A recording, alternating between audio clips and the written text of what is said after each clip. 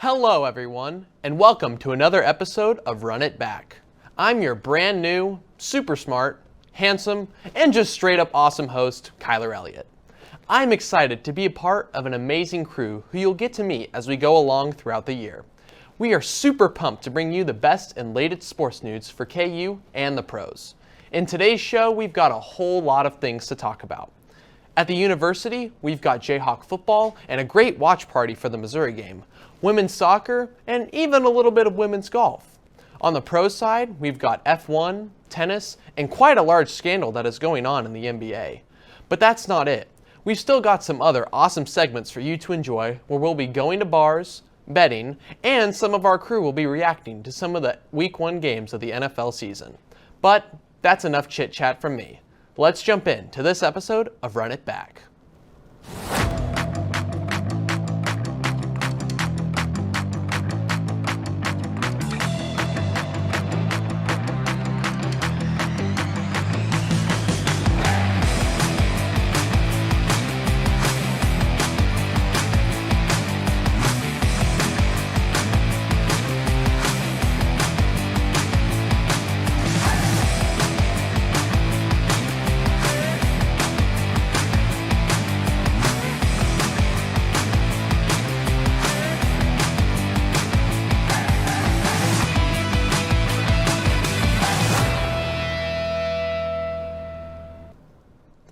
The long-awaited border war returned to us for the first time in almost 14 years as the Jayhawk football team battled the Missouri Tigers on Saturday in Columbia. KU soccer is also off to a solid start as they traveled to New Haven, Connecticut and played the Yale Bulldogs on Sunday. Next, we are going to do a preview for the women's golf season and then wrap this segment up with a look at the watch party that happened for the football game at the booth. Let's go to Xander to give us a recap on this historic game. Thank you, Kyler. Well, Mizzou Hate Week has officially come to an end, but unfortunately so has KU football's undefeated season. On Saturday, the Jayhawks went down to Columbia for the first border war showdown since 2014 and sadly lost the game by a score of 42-31. This game was back and forth until the end, but some of the same glaring issues from last year reared their ugly head once again for this Kansas football team. The defense really struggled with tackling and getting off the field in this game, and that was the difference. Let's talk about the tackling first. So many times in this game, the defensive line for KU would get into the backfield, but wouldn't be able to bring the runner down. Mizzou capitalized off this all afternoon, and they outrushed Kansas 261 yards to just a measly 3 yards. KU couldn't run it on offense, and they couldn't stop the run on defense. The Tigers also went 10 for 19 on third down conversions and converted on fourth down 4 times. The defense as a whole surrendered 595 yards to the Mizzou offense. It's almost impossible to win giving up that much yardage, so the fact that the Jayhawks still had a chance to win this game late in the fourth quarter is a testament to the way Jalen Daniels and the offense were able to keep them in this game. The Jayhawks still had a chance to take the lead back with under 3 minutes until Emmanuel Henderson Jr. dropped a critical pass on third down, which forced the Jayhawks to punt.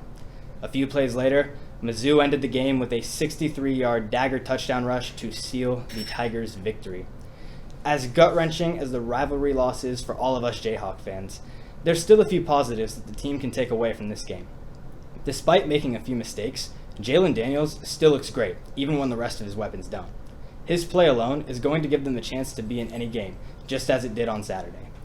The senior tight end, Deshaun Hanukkah, also had his first big game as a Jayhawk with 2 touchdowns and 84 yards receiving, and he proved to be a player to watch going forward.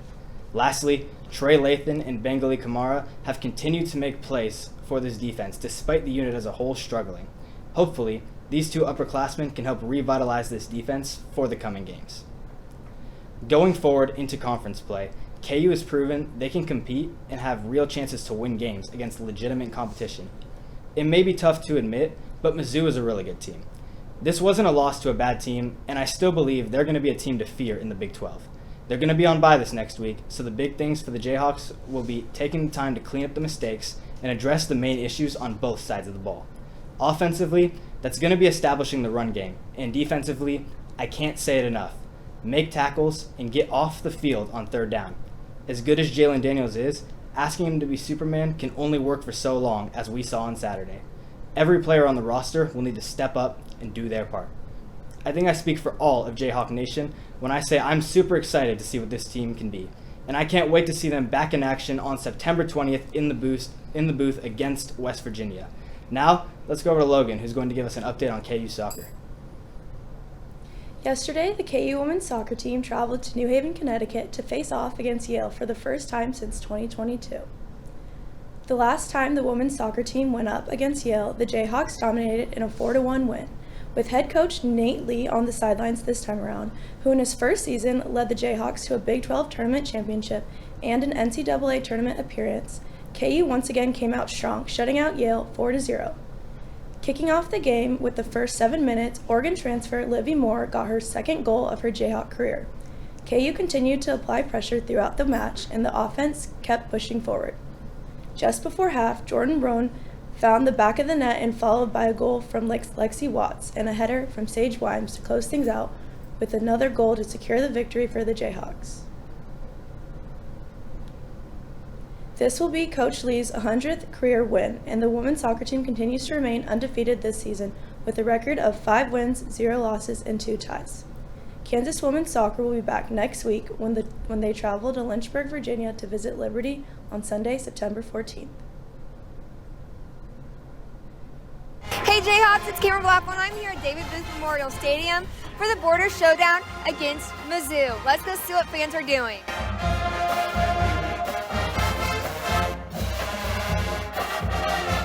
It's the end of the first quarter here, 21-6 Jayhawks. The fans are keeping the energy up and we're having a great time.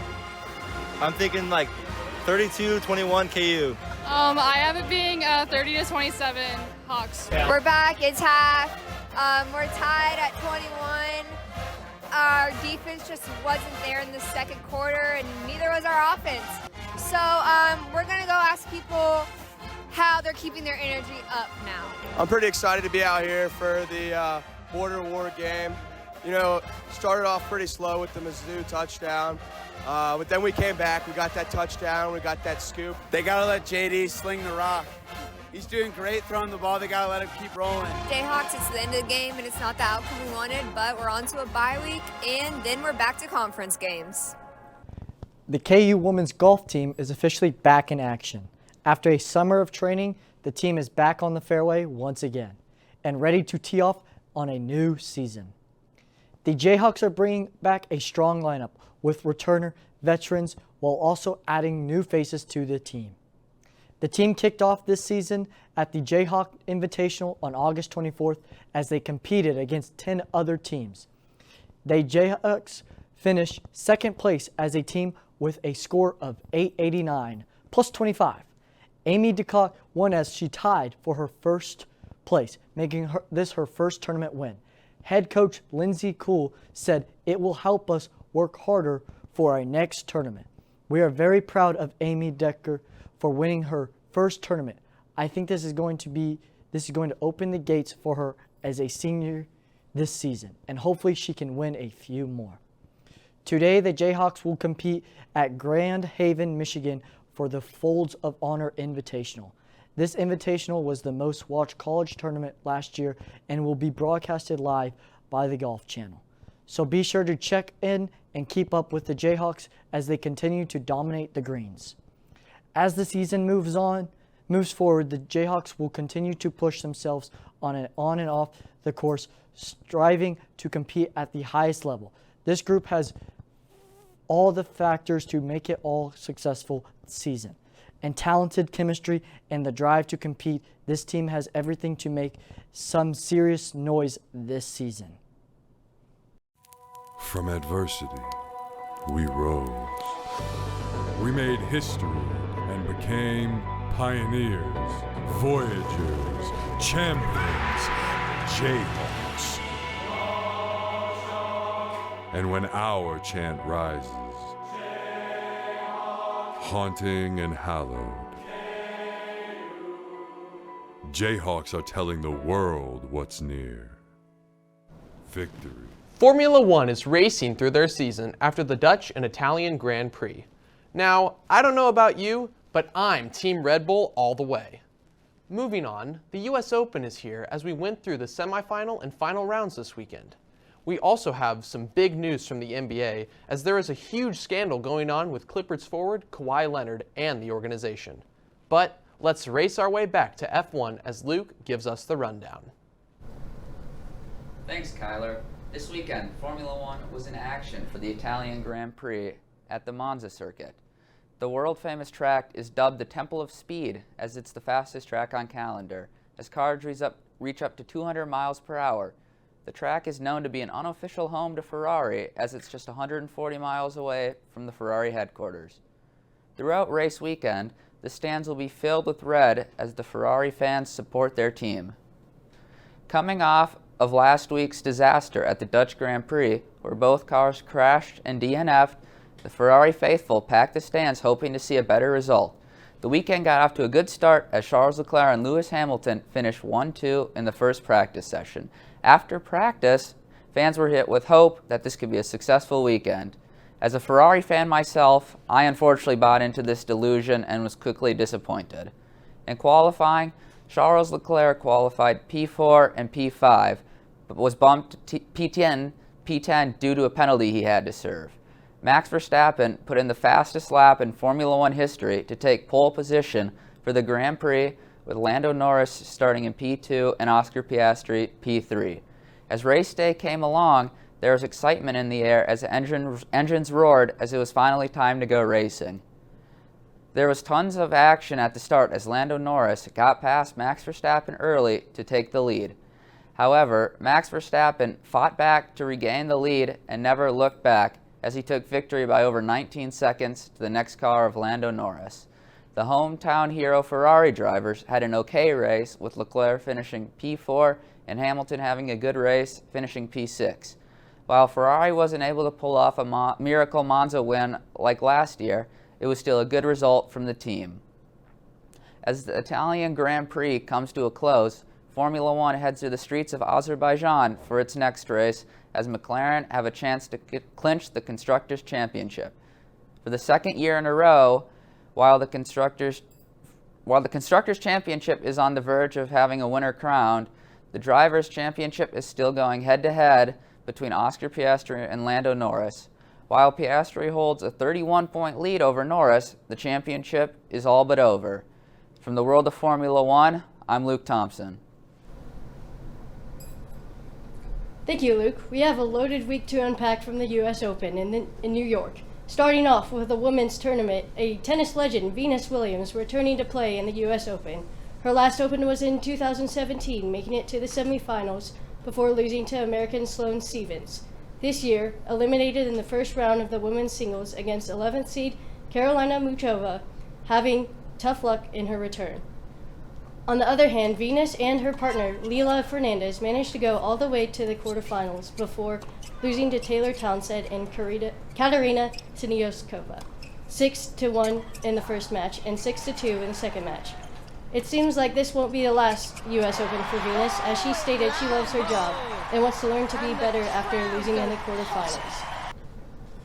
Starting off with the women's single tournament, we had a pretty tough lineup of tennis players in this year's tournament. Tennis players like Naomi Osaka, Amanda Asimova, who was a favorite to win the U.S. Open, Coco Gauff, and Aryna Sabalenka, who was also a favorite to win the U.S. Open. Naomi Osaka would beat Coco Gauff and advance all the way to the semifinals to lose to Amanda Asimova in a very close match until the third match, where Asimova won 6-3. The favorites that were said to win the Open ended up facing each other in the final.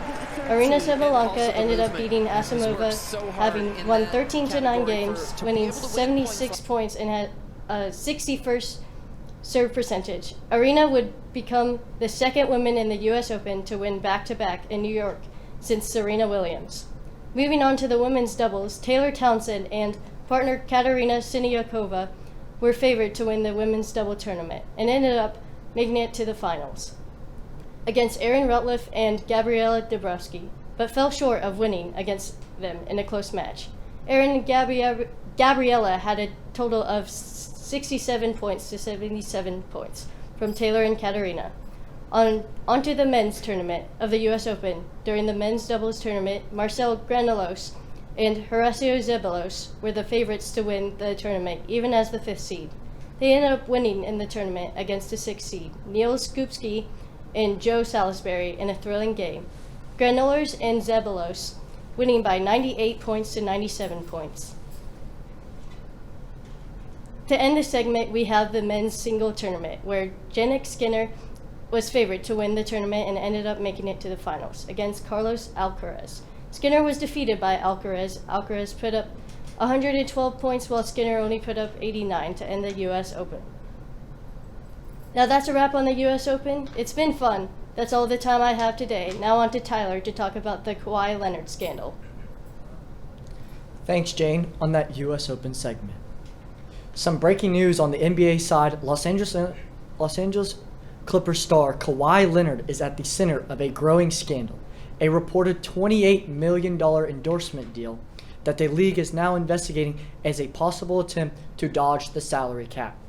The allegations first surfaced earlier this week on journalist Pablo Torello's podcast. Torello reported that Leonard signed a 4-year deal with a company called Aspiration, a so-called tree planting startup. But here's the catch. The contract allegedly required little to no work from Leonard, and according to reports, the deal was voided if Leonard ever left the Clippers. This arrangement has raised some huge red flags inside the league's office. The main concern is that the payments may have acted as an under-the-table bonus, effectively keeping Leonard in Los Angeles while avoiding the limits of the NBA's salary cap system. In response, the NBA has hired a high-powered law firm that has helped the same group that helped investigate former Clippers owner Donald Sterling. This task was to determine whether the Leonard deal broke league rules. Clippers owner Steve Ballmer is pushing back hard. Ballmer says he was conned by Aspirations, inciting that he had no real control over the company, and that the Clippers cut ties with the startup long before the scandal became public. The team itself has also issued a statement saying no rules were violated. Meanwhile, the story is rippling across the NBA. Pacers guard Tyrese Halliburton even joked about the so-called no-show job, telling reporters, "Tell them to find me too," showing just how surreal these allegations sound even to fellow players across the NBA. If wrongdoing is proven, the penalties could be steep. The Clippers face the possibility of multi-million-dollar fines, the loss of draft picks, or even voiding of Leonard's contract. Many are comparing it to the infamous Joe Smith scandal in Minnesota that happened nearly 2 decades ago. And with that scandal, the Timberwolves lost multiple first-round picks for similar violations. As for Leonard himself, he's kept a low profile. Cameras spotted him at the U.S. Opens this week smiling courtside, showing no signs of the firestorm swirling around him. For now, the investigation is just beginning. But one thing is clear, and that is the outcome could reshape not just Clippers, but the NBA's approach to enforcing its salary cap. We will continue to follow this developing story. That's it from the NBA side. Let's send it back to Kyler. You know, after a big game like KU and Missouri, people like to go hit up the bars, party, and drink the night away. Now, I bet that the bars after the border war are some of the best in the country. We've also got a couple of NFL football segments where we'll be talking about sports betting and its involvement in the game, as well as getting some juicy reactions from our crew to week 1 of the season. But first, we go to Johnny as we get a man on the street.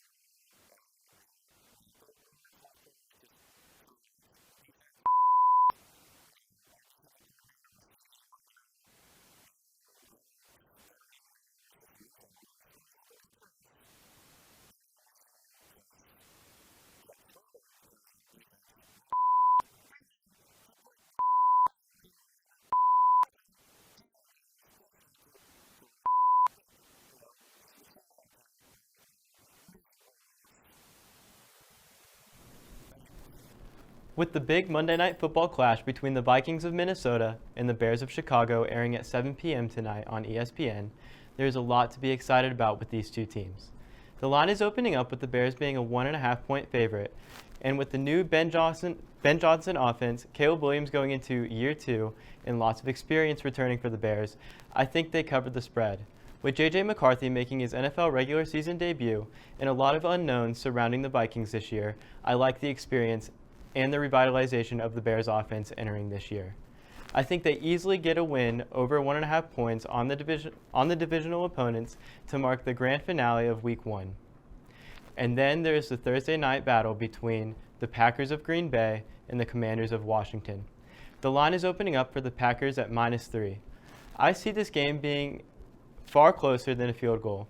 With these two titans of the NFC facing off, the Commanders are coming off a dominant win versus the Giants that saw 432 yards of offense and a defense that held the Giants to only 6 points.